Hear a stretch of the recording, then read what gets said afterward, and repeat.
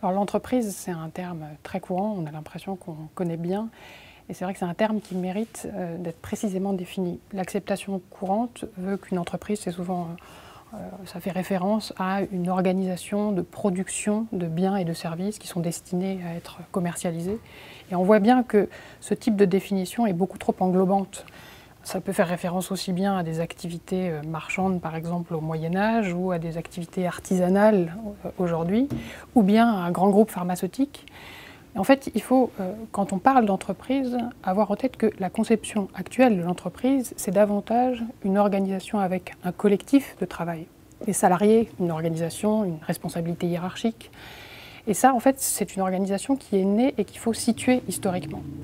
En fait, c'est une organisation qui naît plutôt fin 19e, début 20e, donc assez récente à l'échelle de l'histoire économique. Et à ce moment-là, l'entreprise, c'est plutôt deux choses combinées.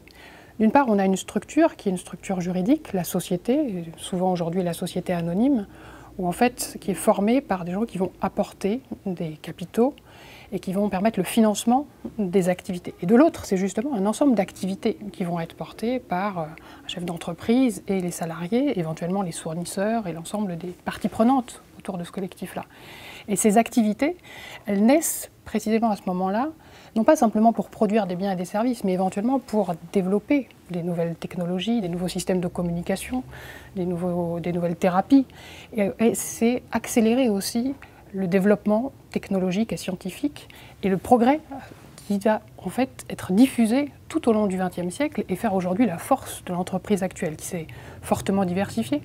On voit que les fonctions au sein de l'entreprise se sont multipliées. Il y a la production, mais il y a aussi le marketing, la conception, la recherche scientifique, et des fonctions qui vont appeler du coup tout un tas de fonctions support comme les ressources humaines, etc. Et donc on voit bien que dans cette acception qu'on a de l'entreprise et qui est beaucoup plus riche que l'approche classique en économie. Habituellement, le fait de décrire une entreprise comme un producteur qui va commercialiser des biens et qui donc répond à une demande sur un marché, ça n'attrape qu'une dimension en fait assez particulière de l'entreprise. Mais ça n'attrape pas l'activité, éventuellement l'impact de ces activités sur la manière dont on consomme aujourd'hui ces produits, mais aussi sur les modes culturels et sur globalement la manière dont les entreprises aujourd'hui transforment le monde dans lequel on est.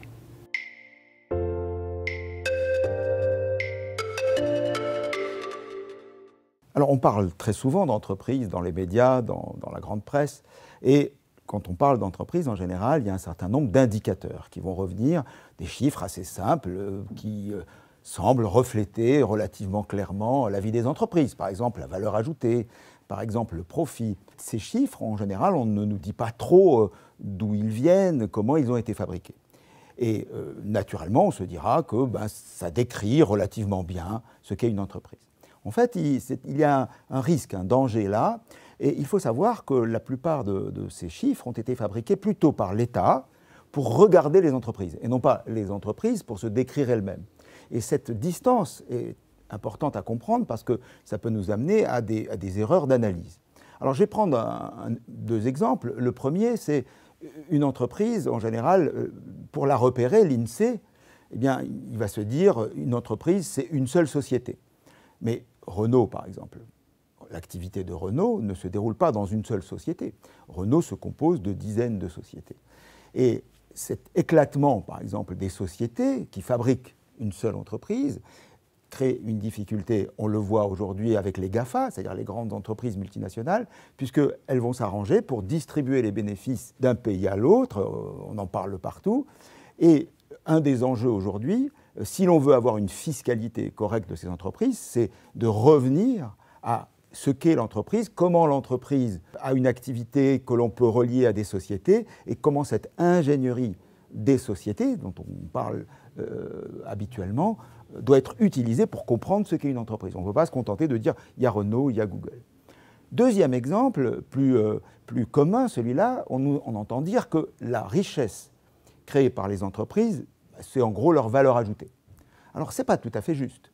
La valeur ajoutée, c'est ce que l'État pouvait percevoir en gros des entreprises, voire même plus précisément, comme je viens de le dire, des sociétés dont il était capable de repérer l'activité en disant par exemple, eh bien, une société, elle a acheté un certain nombre de produits, elle a revendu tout cela un peu plus cher, et l'écart entre l'achat et la vente représente la richesse créée par l'entreprise. Alors c'est une description qui est en partie vraie, c'est vrai que ce chiffre a un sens, mais il le masque la complexité et la réalité de l'activité des entreprises. Prenons un exemple très simple. Si pendant la période dans laquelle on a calculé la valeur ajoutée, cette entreprise a par exemple déposé un brevet sur une idée qui va l'enrichir et qui va nous enrichir tous pendant les années à venir, eh bien, ça n'apparaîtra pas dans la valeur ajoutée.